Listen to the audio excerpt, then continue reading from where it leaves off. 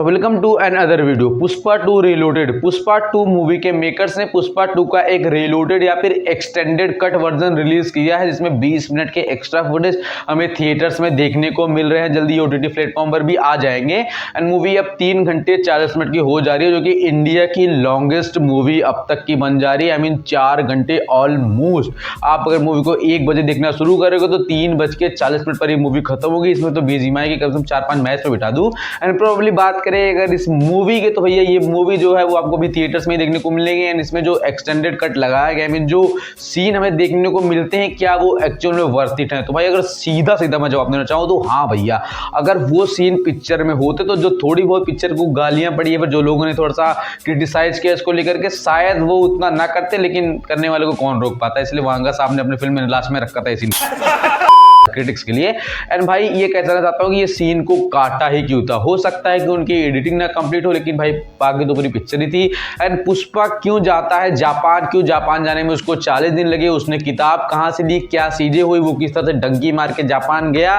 And Japan जाना इतना जरूरी क्यों था? इस पिक्चर में डिटेल में बताया गया। एंड थोड़ा बहुत मैं आपको समझाना चाहूँ तो पुष्पा भाई साहब का जो माल है वो जाकर फंस जाता है, क्योंकि भाई जो हामिद साहब होते हैं, जो कि दुबई के शेख होते हैं, इसका हेलीकॉप्टर वो टेक ओवर ले लेते हैं, छीन लेते हैं, जो भी आप कहना चाहो, तो भाई उनको 100 करोड़ भी देते हैं, छीनना गलत हो जाएगा। वैसे बात करें मेन टॉपिक की, तो भाई उनकी हो जाती है डेथ। वो कैसे हो जाती है? बेसिकली हमारे जो जग्गा रेड्डी होते हैं, हमारे पुष्पा के दोस्त है, फिर जॉली रेड्डी के भाई, जिसको पुष्पा ने पेला होता है, जग्गा रेड्डी भाई साहब, जो कि उनके साथ बिजनेस कर रहे होते हैं, जो कहते हैं माल से पोर्ट पे जाकर के, वो और हामिद भाई साहब एक कार से कंटेनर करके भाग रहे होते हैं। पुलिस को चकमा देने की कोशिश कर रहे होते हैं, लेकिन उनकी कार टकरा जाती है कुछ बोरी से, कार पलट जाती है, कार गिर जाती है, जग्गा रेड्डी वहीं फिनिश हो जाते हैं, लेकिन हामिद भाई साहब बचे रहते हैं।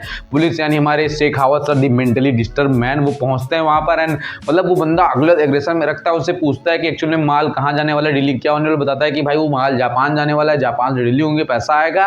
एंड सिर्फ अपन जानता है कि किस आदमी से डीलिंग होने वाली है, सिर्फ उसको पैसा मिल सकता है। उसे पुष्पा के पास हवाला का नोट ऑलरेडी पहुंच चुका है, जो फाड़ के देते हैं कि अगर आपके पास सेम नोट होगा तो आपको पैसे डिलीवर हो जाएंगे। एंड सबसे बड़ी बात यह है कि भाई साहब वो हामिद कहता है कि सिर्फ अपने को पता है कि एक्चुअल में डीलिंग किससे होने वाली है, वो माल का पैसा जो है वो देंगे बदले में, वो सिर्फ मुझे ही देने वाले हैं।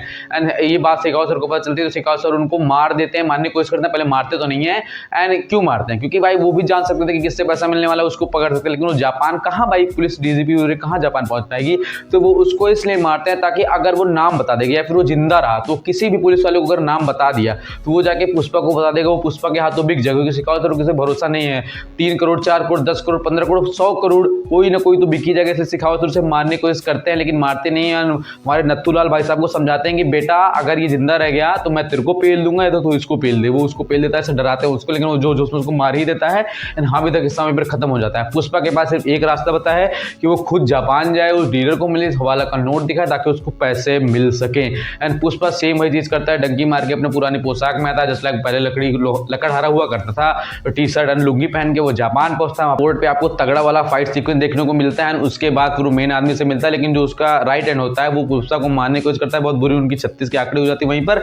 लेकिन मेन बॉस आता है तो अपने आदमी को मार के पुष्पा से डीलिंग करता है। एंड कहता है कि भैया पहले बताना चाहिए था कि तुम ये हो, माफी वाफी जो भी चीजें, जापान को थोड़ा सीक्वेंस दिखाया जाता है। एंड वो पुष्पा भाई साहब कहते हैं कि अगली बार अपन का जो नोट या फिर ये जो धंधे का मेक सिंबल होगा वो अपना हाथ का सिंबल होगा। एंड जिस कंटेनर पे हाथ का लोगो होगा वो अपना लोगो होगा, लेकिन इसके साथ साथ आप मेरे को पहले पैसे के पेमेंट करोगे, तब मैं आपको माल भेजूंगा। यहाँ पर पूरा सीक्वेंस चलता है। मेन बात यही ऐड की गई है, लेकिन इसके पहले थोड़ा सीक्वेंस ये था कि भाई सब कहते हैं कि भाई पुष्पा बताओ कि माल सेव है, बताओ माल सेव है, क्योंकि शेखावत ने 1 टन ओरिजिनल लकड़ी मंगवा ली थी हमारे मंगल सीनू से, ताकि फोरेंसिक वाले आए तो उनको दिखा सके एक्चुअली वो सारा माल ओरिजिनल है। और वही चीज़ों की जांच हुई, जो कि शेखावत चाहता था कि ये माल जो आगे रखा होता है, कि यही साबित हो कि सारा माल उनको ओरिजिनल पड़ा है। एंड सभी लोग बौखला जाते हैं कि भाई शेखावत ने माल पकड़ लिया वीडियो में। लेकिन पुष्पा कहता है कि भाई मेरे को भरोसा रख, अपन ने कहा ये शर्ट पीला है तो मानने का कि ये शर्ट पीला है, और एक्चुअल में रेड शर्ट होता है। एंड भाई वहाँ पर थोड़ा सा भी कन्वर्सेशन होती है कि जग्गा रेड्डी को बताते हैं कि भाई ये शर्ट पीला ही है। वो की लकड़ी भरोसा देने की कोशिश करते हैं। सबको भरोसा हो भी जाता है पुष्पा की बात पर,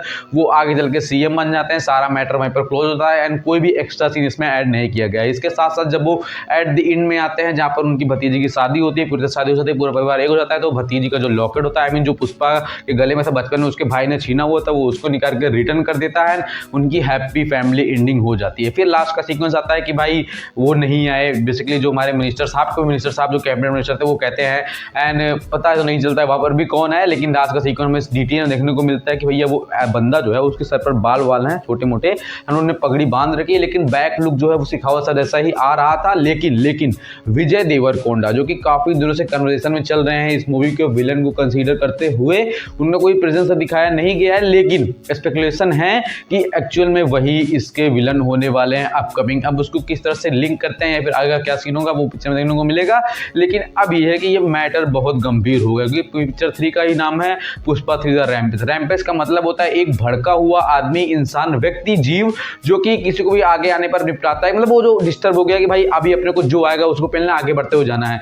एंड पुष्पा एक्चुअल में रैम्प 3 पिक्चर में यही करने वाला है। इसके साथ साथ अब पुष्पा 3 की स्टोरी वही लकड़ी और इस सब चीजों को लेकर के नहीं हो जाएगी। अब पुष्पा वर्सेस वो आदमी होगा जिसने वहां पर बॉम्ब वगैरह फिट किया था, जो ब्लास्ट और पुष्पा की फैमिली पर दिक्कत हुई।